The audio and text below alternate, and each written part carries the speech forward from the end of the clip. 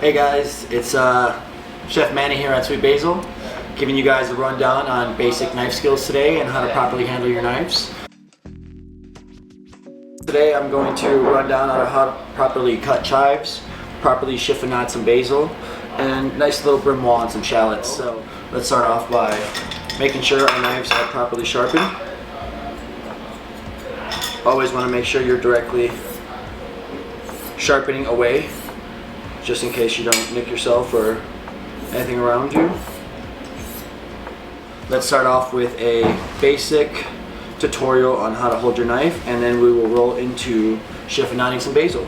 So usually you want to make sure that your knife, you're always carrying it and holding it on a certain angle to where you're not just, you want to make sure you have a lot of control of your knife. So this is why we chefs always recommend you always hold either on top or at the bottom of the blade or at the beginning of your handle for the most part. So therefore you have a straight and consistent cut. And once you're about to actually start cutting, for example, once I actually start rolling this basil, you'll notice the strokes by just carrying it like this and going into motion where you're stirring away. And you always want to make sure your fingers are nice and tucked, so you're gliding with the blade, not against the blade.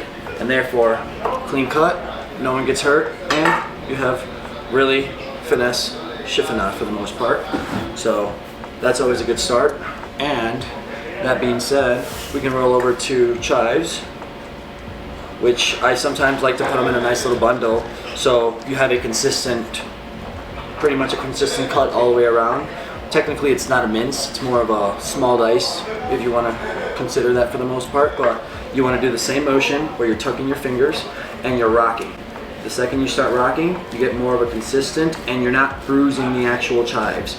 You're going with the motion of the knife, and you're getting beautiful little mince dice pieces every single time. And you're always consistent, and you get to control pretty much how much and when to cut, obviously, on the actual chives. And then here, for a proper brunoise, I would cut the shallots in half.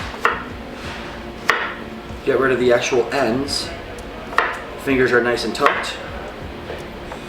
And then from here, we start pretty much cutting down at an angle. So and therefore, you'll get the proper and most consistent, pretty much dice that you can possibly get on a shallot. And these are knife skills that you will develop throughout, the more you use your knife, the more you're in kitchens. Everybody has their own way of, dealing or chopping, but these are your basic tutorials on knife handling skills. So and therefore, whether you're at work or whether you're at home, these skills can always apply in a very good manner. And at this way, you're, just a basic rundown on what you can possibly do with the shallot, or different ways of small dicing and brunoising for the most part. And that's when you can get a little bit more consistent on here, grab the bigger pieces. Other than that, 90% of the time, all the pieces are very consistent. So